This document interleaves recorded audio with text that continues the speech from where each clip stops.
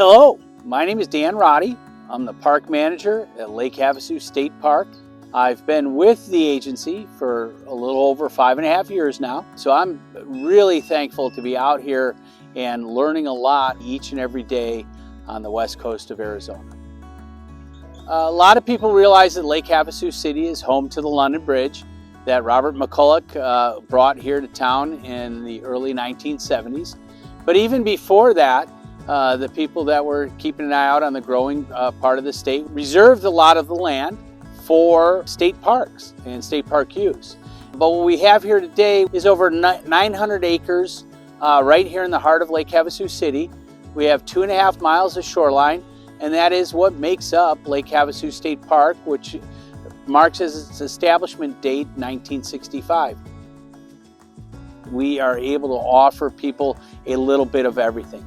If you're looking to camp in an RV or a tent, we have a spot for that.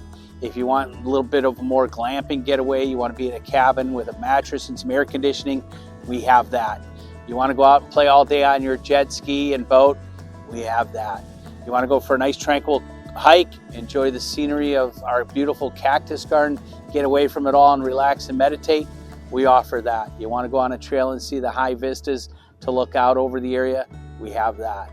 You want to come and check out the great replica lighthouses that our community is known for that are exact versions of what you might see on the Atlantic or the Pacific coast, we have that. And after you've done all that outdoor recreating and you want to go out at night, you want to have that nice gourmet dinner, we got a lot here for you to choose from. Lake Havasu State Park is very fortunate. You know, the people that were helping develop our park years and years ago who came up with the different ideas of, hey, we like to do this, other people will too. And that's why you'll see the ability for a variety of boats and boat launching here at our park.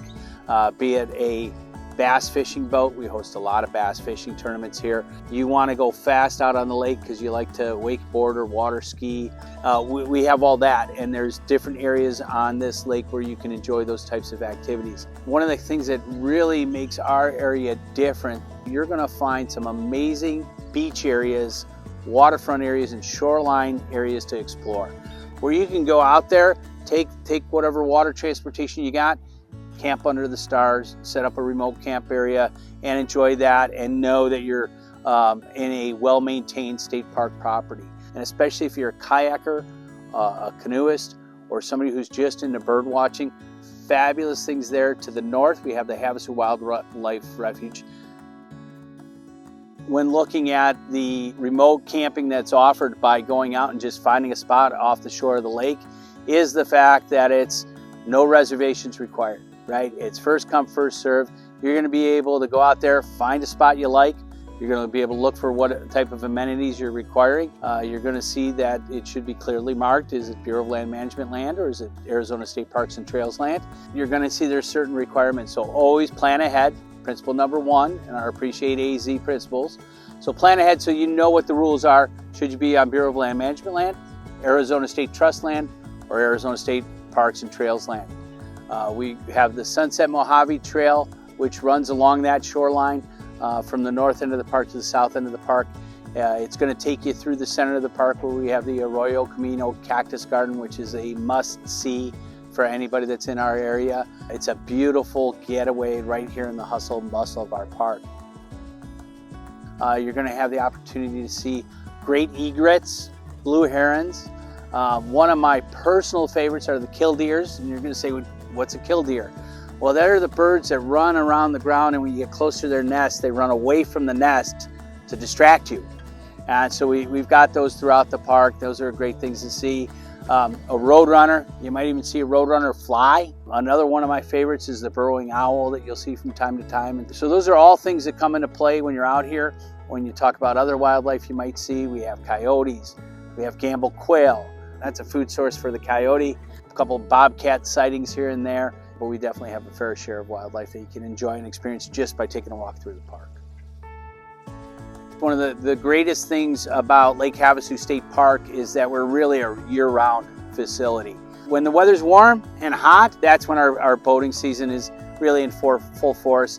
the ability to put up a pop-up tent on the beach for the family to get away for the day. We'll see a lot of people coming out and enjoying the water. You don't have to own your own boat. You can rent a boat, you can rent a jet ski, or you can just come out and enjoy the beach. As you transition in the fall, the weather cools off a little bit. You're going to see more and more people getting outdoor camping. If you look at that time from October down through March, you're going to have every weekend plenty of things to do, and the park is no exception. We also have the Lake Havasu Balloon Festival here at the park every year. A huge opportunity for people to come out and enjoy spectating with the hot air balloons, possibly take a balloon ride yourself. We are the most visited state park in our agency. We draw more than 500,000 visitors each year, and we're thrilled to be able to do that and offer many different outdoor recreation activities. And fortunately for us, it is spread out over the 12 months because there's always something here to do at Lake Havasu State Park. When people ask what are some of the good ideas or what are some tips for bird watching, there's a couple of different answers. While we might not have the best of the area for a certain thing, we're very close to it. We're 1.25 miles south of Mesquite Bay, which is part of the National Havasu Wildlife Refuge. Beautiful area for bird watching, a lot of reeds and plant life that they're going to enjoy, and less boat traffic. When you're down here at our park, you're going to see hummingbirds. You get over to some of the boat ramps to the north end of the park, that's where you're going to see the blue heron. So you're going to have all those elements about. The killdeer seem to like more of the desert landscape. The burrowing owls tend to like the wash areas. So those are some of the things you'll see here, but we're so close to other great areas, especially for you canoers and kayakers. When you're talking about making a trip out to Lake Havasu State Park, principle number one, plan ahead, really comes into play. Reservations are available a year in advance. We have 52 reservable campsites.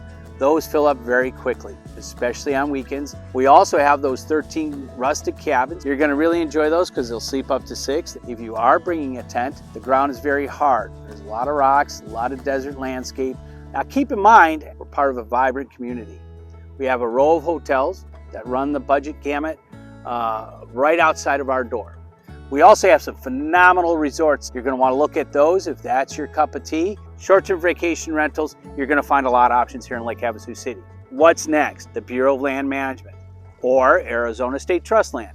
Find a spot to go camp under the stars. Here in our community, it's a common practice. So keep those things in mind. There's always the chance somebody cancels, so check with us before you make your trip if you have your heart set on it. But that's something we can do. And as part of that planning ahead, I got to tell you, we have a great partner here in our community with our travel bureau.